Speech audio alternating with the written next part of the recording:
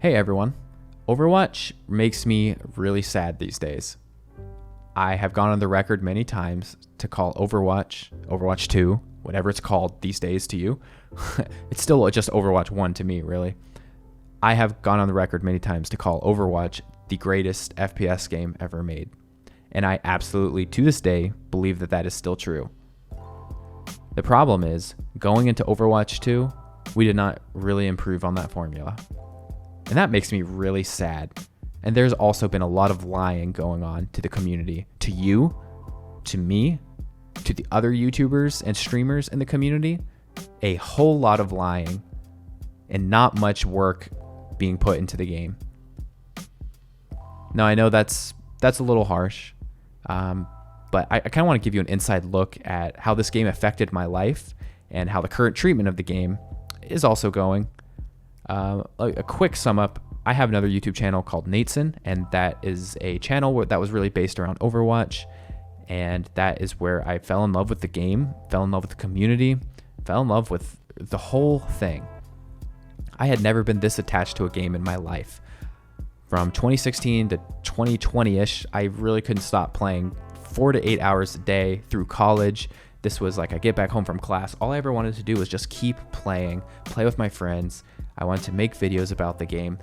It was Overwatch. You know, it's kind of funny to say. Overwatch was really kind of my life. That was my passion. That was my everything. Following the game, playing it, being in calls with my friends and other YouTubers, collaborating about the game. I really loved every piece of this and just learning how to play. You know, I was a very average to below average player, and I taught myself through a lot of repetition because I'm dumb. I taught myself a lot about how to play better and rank up. My aim started to slowly get better over time, and I was able to hit top 500 and actually finish in top 500, which is cool. And in these days, Overwatch 2, I am on all 3 of my accounts, Grandmaster, all 3 roles on all 3 accounts. Does that matter? No, because of rank inflation. But that's for the super hardcore players out there. Back to the normal stuff. We were sold a bill of goods back in 2016. Overwatch was going to be this game that they kept building on and updating, free updates, free this, free that. And this story had still yet to be told, and it was going to be exciting for all of us. So we all bought in. We paid our $40 back then. And, we definitely love this game. I mean, they sold 50 million copies or so, and I know half of those are alt accounts for the players in top 500. But it was just a really exciting thing to be part of this game community, and the game was so good. And it, quite honestly, it is still good.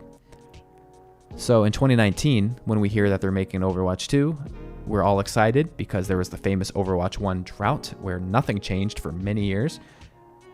But then this year we find out that the main part of Overwatch 2 is canceled. Guys, Blizzard had been telling people, selling this to the public, selling this to the creators that are their trusted people that they can talk to, NDAs and whatnot. Obviously, I'm not going to say anything like that would break that, but I mean, what is there to say? It's probably canceled if there was something cool for me to uncover. And it just really, really sucks. Because the worst part is Overwatch 2 went ahead and launched the alpha or the early access, whatever they call it, because we don't make finished games anymore. Come on. We let the Diablo team make finished games, but not the Overwatch team. We pushed them to release garbage. Overwatch 2 shipped with Blizzard knowing the PvE was not going to come. In the recent developer update where they did announce the PvE was not going to come out, they mentioned how they had known for quite a while, and that really sucks because why would a lot of players come back to this game and buy skins, buy the battle pass? Why would they do that if there was no future for the game? Now, don't get me wrong, I am a big fan of the ideology of a gameplay's core loop. The gameplay itself should be the reason people keep coming back to play, which is exactly why I keep coming back to play. But in my eyes, Overwatch is more of a casual game than a competitive game, even though I played it competitively for a very long time. Overwatch is a casual game, and I think for the casual audience, we need more exciting new ways to play. And we were just told as a community, we were lied to we were told that we're not getting that thing that we were promised anymore. And I think that has left a really bad taste in everyone's mouth, including my own. You know, Overwatch being such a big part of my life the last, 7 years, I was really looking forward to the PvE and a completely different way to play the game. Don't get me wrong, what's coming out is not PvE. Those are campaign missions, and don't let any marketing campaigns trick you that this is PvE. Blizzard calls it a PvE, but it's not PvE. Do you call a Call of Duty mission a PvE? No. And you'll see some people on Twitter talk about that too, that, you know, I guess they're called like Blizzard defenders. You know, most of us with common sense,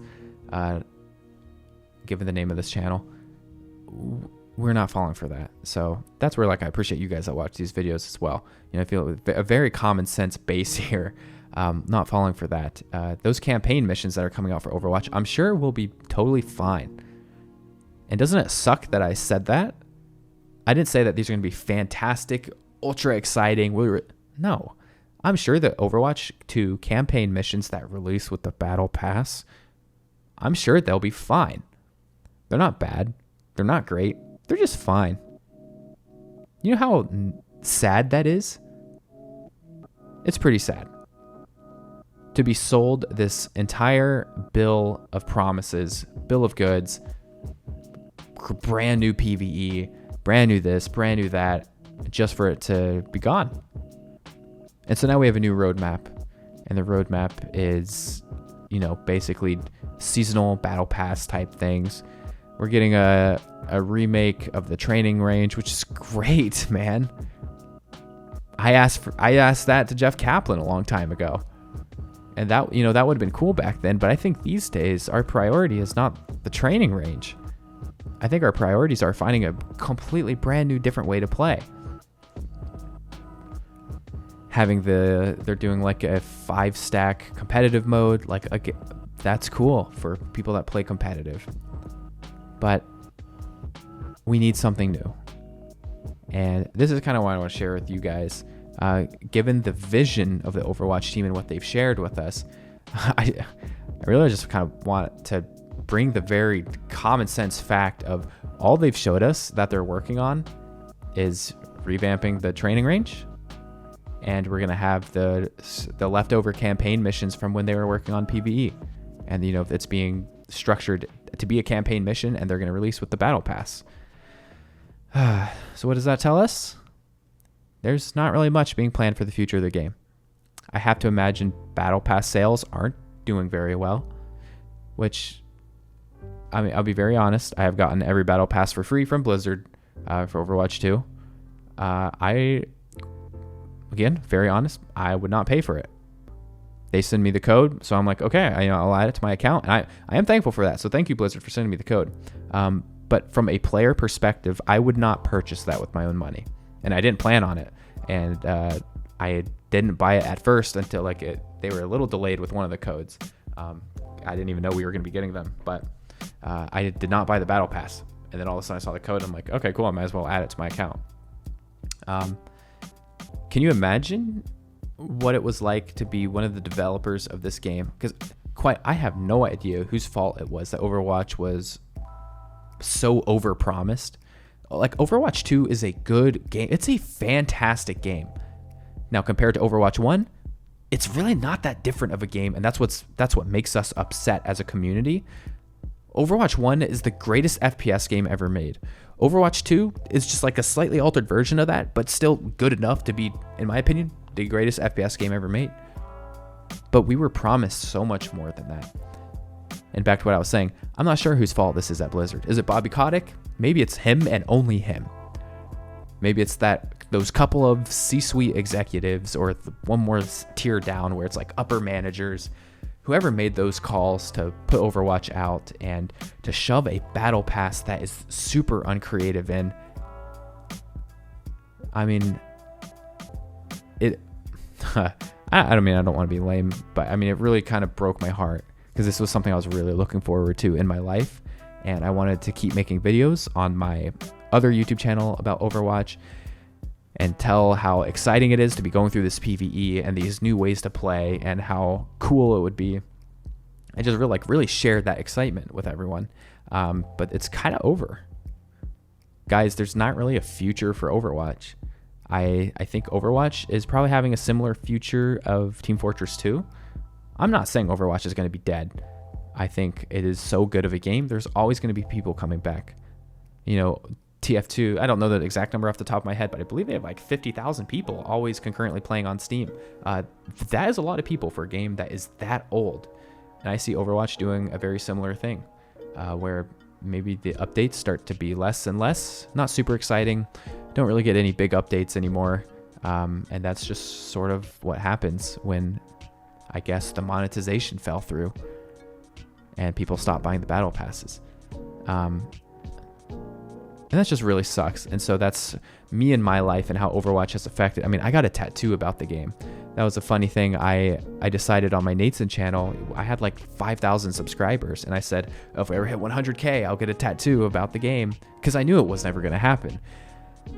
Now, of course, since I didn't think it was going to happen and made that promise, it ended up happening. So I got the tattoo. I do not regret getting the tattoo, because that represents a very enjoyable and exciting part of my life, that I was very lucky to be able, and very blessed to be able to share with everyone. And that has also given me opportunities, open the doors to meet people and see things and try things and do things that I would have never gotten to before. So I look at Overwatch 1, Overwatch 2. I'm very thankful for the entire thing. It just makes me really sad that I don't really see a future for it anymore. Even that's just purely based on what the devs have shared with us. And I think there are so many issues going on internally. Again, I'm not going to point the blame at anyone. I have no idea whose fault it is. Let's just say it's Bobby Kotick at the very top. It's probably him anyways. And I feel bad for the game developers on Overwatch more than anything. I'm not sitting here thinking that they're trying to look at how many ways they can screw over the player or shoehorn in a lazy battle pass that is no different than any other game, which goes very much against Blizzard's ethos for how to create games and be the best and be different and bring the ultimate polish. For them to slap the most standard, average-looking battle pass with fake rarities on stupid items that no one cares about for $10 or $15 a month is freaking unbelievable to me. And I cannot believe that is on our game. It makes me a little upset. But yeah, that's why Overwatch has made me really sad.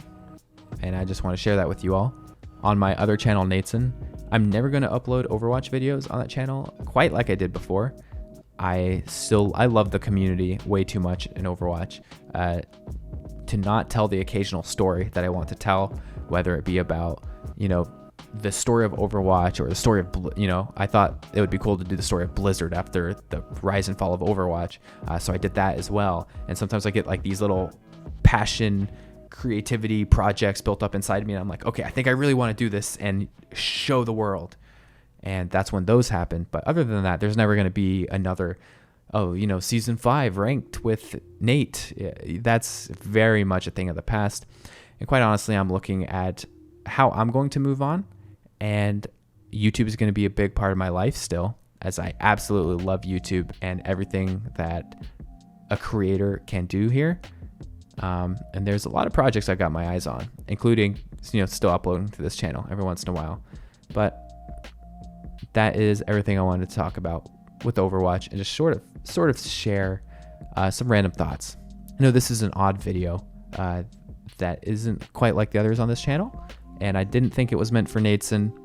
But yeah, how do you guys feel about Overwatch 2 in the comments? I'm curious, especially if you're not Overwatch hardcore fans.